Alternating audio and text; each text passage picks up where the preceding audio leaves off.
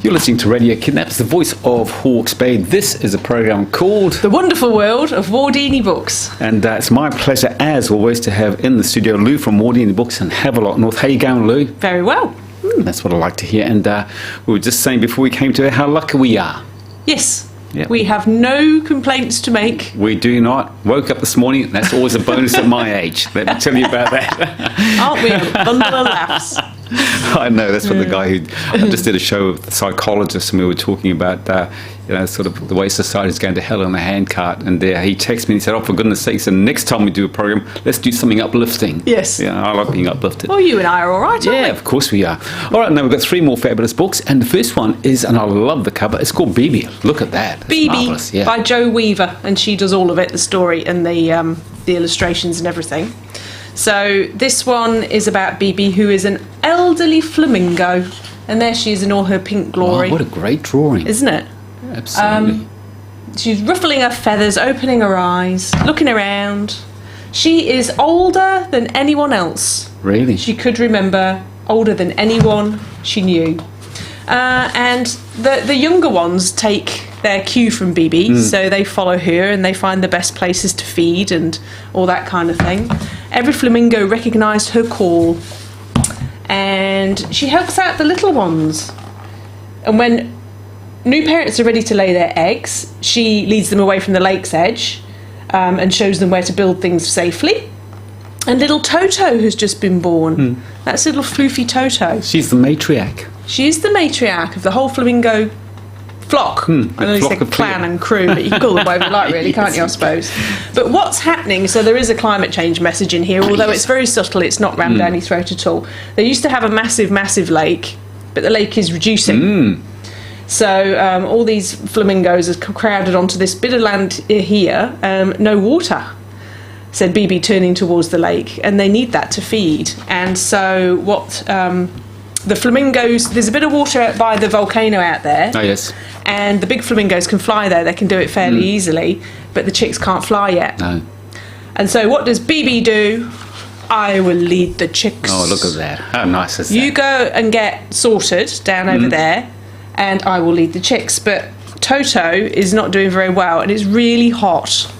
And I'll find my favourite picture of the whole thing. Oh, wow, look at that. I presume that's the thing that flamingos do. Yes. So holding their wings out wide to shade the babies, which is just beautiful, isn't it? Nature marvellous? Nature is marvellous. And yes, we need to be kinder to her. So there is a nice ending, because I can see the lake, Toto calls out, because he rallies, and they do get there, and they paddle, and they do all the things. And poor old Bibi, though, she's the eldest, and she's quite knackered, Ken. Oh, no.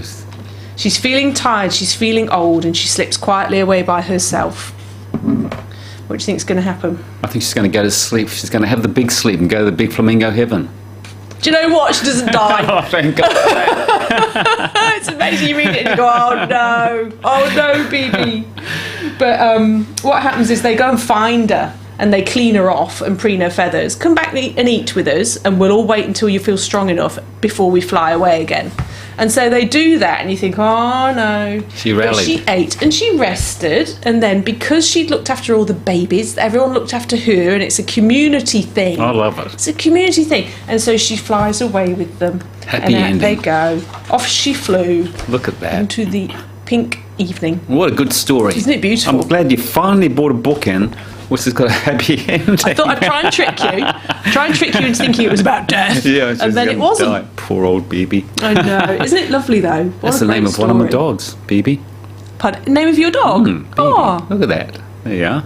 I wondered if it was like an African name for grandmother or something. It's a name for my dog. So it's a name for Ken's dog. That's what it is.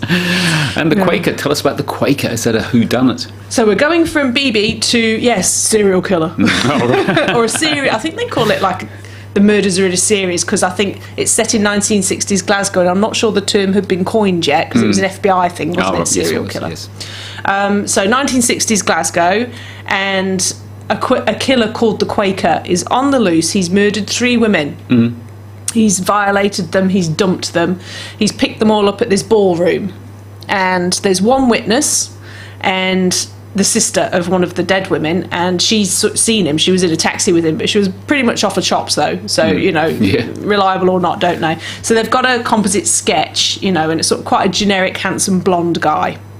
And they haven't found him, and the leads are exhausted, and it's getting on a bit now. And they send in DI Duncan McCormack to go and see what's going off with the investigation. And you can imagine that the rest of the fag smoking, belching coppers in this building are not very happy that they're being looked at, and McCormack's got to do a report on them to say what's going off with this investigation, and should it be tied up, because they've made no progress. And McCormack's got a big dark secret of his own. Okay, so that plays out throughout the book, and I won't say much more about that, but it's something that could cost him his career and much more, possibly. So he goes in and he starts to investigate, and he gets teamed up with this guy called Goldie, who immediately hates him because he's, the guy coming in, you're coming in here to sort it all out for us, are you? But they do rattle along very well in the end, because there are things in the investigation that McCormack finds out, and he won't let them lie. So when they think they've made breaks and he doesn't think they're the right breaks, he pursues what he thinks are the proper lines of inquiry. So it's really Glasgow. There are tenement buildings that are being pulled down. Like one of them, it's so atmospheric. It's a big tenement building, and everyone's left because it's going to get pulled down, but there's one old lady who's still in there all by herself because she's waiting till the last minute to leave her home because she's been there for 40 years or whatever it is. And there are kids playing in the muck and the rubble, and and that the kids stumbled across one of the bodies in this derelict tenement flat. And then there's a jewel heist that goes off, and how's that connected? And McCormack is just determined and straight all the way through. He's a really good dogged detective. I liked it very much, this novel. Really atmospheric. Is the character an ongoing character? Is there more than one book in the series? Yeah, so this came out in 2018, and it was Scottish Crime Book of the Year. Liam McIlvenney lives in Dunedin, funnily enough. He's a professor of Scottish and Irish studies at the university, but he is a Scotsman, and so that's why it's all set in Glasgow, presumably. And book 2 is just out, which is what gave me a kick to read this one. And book 2 is called The Heretic, and it's maybe 15 years later, and it's still Duncan McCormack. And is he one of those tough cops like Taggart was? He's kind of more of a thinking man's copper. Yeah, so he's not like, there is a lot of testosterone in this book, and I've just written a review about it, and it's 1960s Glasgow. What's it going to be like? You can imagine that police. It's going to be rough and tough. I lived in those sort of houses when I lived in the northeast of England. Oh, okay. All right, and the last book you're going to talk about is it's called Vines. Yes, this is volume 3 of Vines, and this is a Hawke's Bay production. It's EV Publications, and they get submissions from local writers. So it's all Hawke's Bay writers, poets, short story writers, artists as well.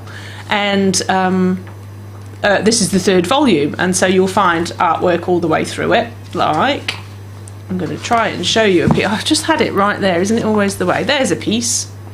Oh yes, it's a poem. That's it, yeah, and that piece of artwork there by Michael Hawksworth. And I particularly like, it's always nice when you know some of the people that are in it. Yes, absolutely. So Rasheen Fitzgerald's got a piece in it called Dismembered, a poem. And Nafanua Cursel, who I'm a big fan of, she's got a poem in there. And Phoebe Wilton-Stewart has a short story in here called Tweezers, which is quite chilling. Really? So Tweezers is about a girl who sits in her treehouse and kind of stalks the boy next door. She's fascinated by this boy next door, and she says he's the kind of boy that pulls the wings off flies. And she watches him because she can tell that there's something off about him. And he notices her watching him, and she gets very embarrassed, And it's a very short story, and I probably shouldn't spoil it, but she kind of lets him into her life when she maybe shouldn't have. It's full of menace, and Phoebe's done an amazing job.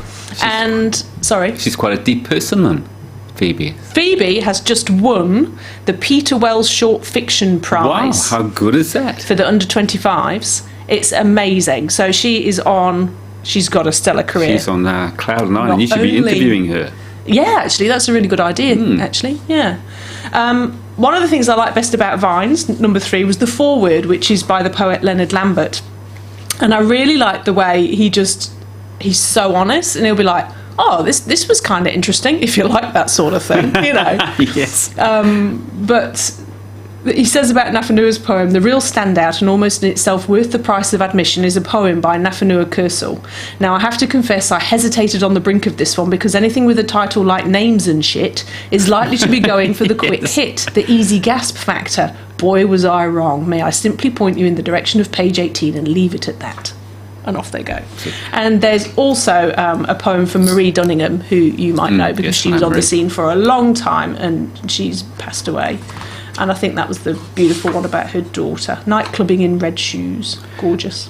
A good tabletop book, but I must admit, when you first showed me the cover, I thought it was going to be all about wine, and I thought, I wouldn't even bother picking that up in your shop. Fines. No, and I think we have to point people to it. Yes. Yeah, when people are writers themselves, they're quite interested to see what other people are doing. Yes. And the opportunities that are out there to be published. And also, it's just so fascinating to see Sounds marvellous. what talent we've got right here. It's right here in Hawke's Bay. Yeah. Absolutely right. And if we want any of these fabulous books, where do we get it? Oh, Wardini Books. Of course. Lou, my pleasure as always. You look after yourself, and we'll talk to you same time, same place next week. Thank you very much.